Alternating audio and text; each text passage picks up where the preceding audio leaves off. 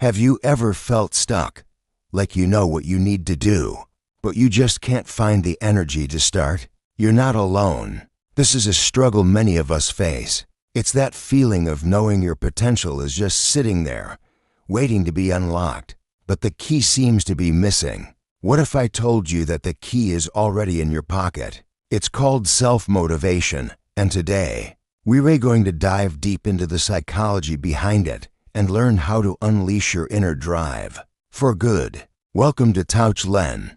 My name is Len, and I'm fascinated by how our minds work, especially when it comes to achieving our goals. Self-motivation isn't some magical trait that only a lucky few are born with. It's a skill, a muscle that you can train and strengthen. And it all starts with understanding what's happening inside your brain.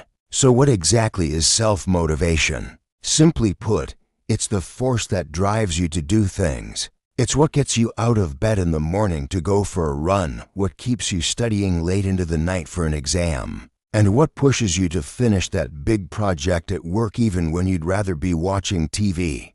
This drive comes from within, not from external pressures like a demanding boss or an impending deadline. That's what makes it so powerful. To really get a grip on this, we need to talk about two types of motivation: intrinsic and extrinsic. Extrinsic motivation comes from the outside. Think of a bonus at work, a good grade on a test, or praise from a friend. These are rewards or punishments that other people give you. They can be effective in the short term, but they have a downside. Once the reward is gone, the motivation often disappears with it. Intrinsic motivation, on the other hand, is the holy grail. It's the desire to do something because you find it genuinely interesting, enjoyable, or fulfilling. You do it for the love of the process, not just for the outcome. Think about a hobby you love, like playing the guitar, painting, or coding. You do it because you enjoy it, right? That's intrinsic motivation in action. Studies consistently show that people who are intrinsically motivated are more creative, more persistent, and ultimately more successful. The big question is, how do we shift from relying on external rewards to cultivating that powerful inner drive? The secret lies in three fundamental psychological needs that we all have: autonomy, competence, and relatedness. This is based on a well-known psychological framework called self-determination theory. Let's break these down. First up is autonomy. This is our need to feel in control of our own lives and decisions. We want to be the authors of our own stories, not just actors following someone else's script. When we feel forced to do something, our natural inclination is to resist. But when we choose our actions, our motivation soars. To boost your autonomy, start by setting your own goals. Don't just follow what others expect of you.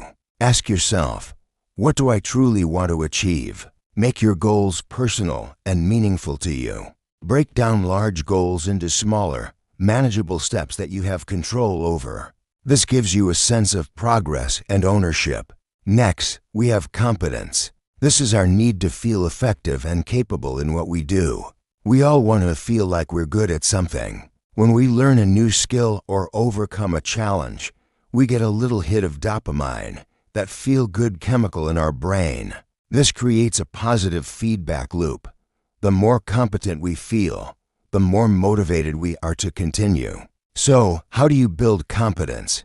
Embrace a growth mindset. Understand that your abilities aren't fixed. You can improve with effort and practice. Celebrate your small wins along the way. Did you manage to go to the gym 3 times this week? Awesome. Acknowledge that progress. It reinforces your sense of capability and keeps you going. Also, seek out constructive feedback. It's not about criticism. It's about finding a clear path to improvement. The third pillar is relatedness. This is our innate desire to connect with and care for others. We are social creatures, and feeling like we're part of something bigger than ourselves is a huge motivator. When our goals align with helping others or contributing to a community we care about, our motivation gets a massive boost.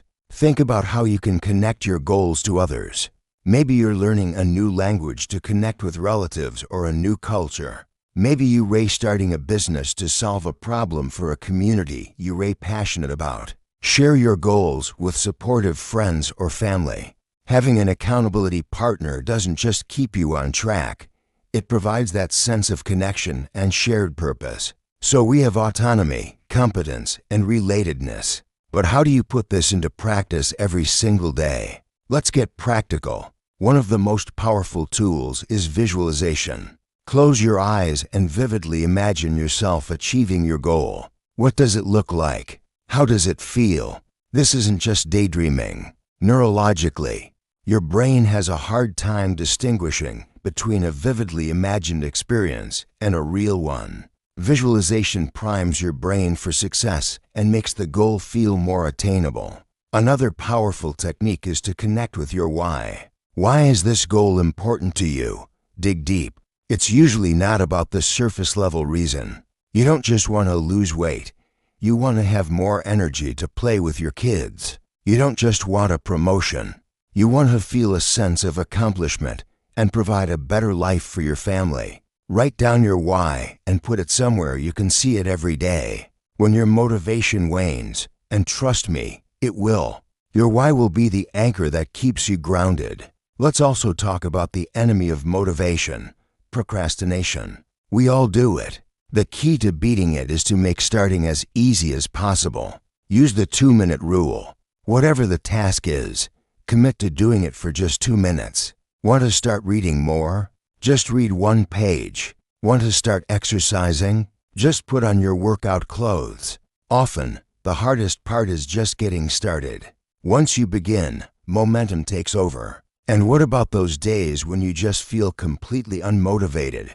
When even the 2-minute rule feels like too much? Be kind to yourself. Burnout is real. Sometimes, the most productive thing you can do is rest. Motivation isn't a constant, roaring fire. It's more like an ember that you need to tend to. Sometimes you need to add fuel, and sometimes you need to let it breathe. It's okay to take a day off. It doesn't mean you've failed. It means you're recharging. Recognizing when you need a break is a sign of strength, not weakness. If you consistently find yourself struggling with a lack of motivation, and it's affecting your daily life and well-being, it might be helpful to talk to someone. A therapist or counselor can help you uncover deeper issues that might be holding you back and provide you with personalized strategies. There's no shame in seeking help. It's a proactive step towards a healthier, more fulfilling life. Let's recap the key strategies. First, focus on intrinsic motivation by connecting with your goals on a personal level. Second, nurture your psychological needs for autonomy, competence, and relatedness. Set your own goals, celebrate your progress, and connect with others.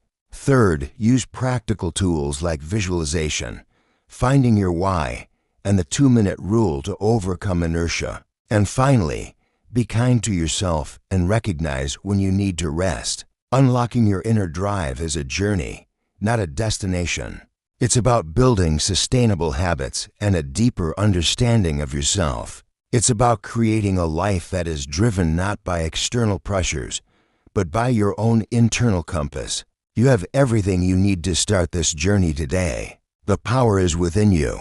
Thank you so much for joining me today on Tauch Len. I hope you found these insights helpful. What's one thing you're going to do this week to boost your self-motivation? Let me know in the comments below.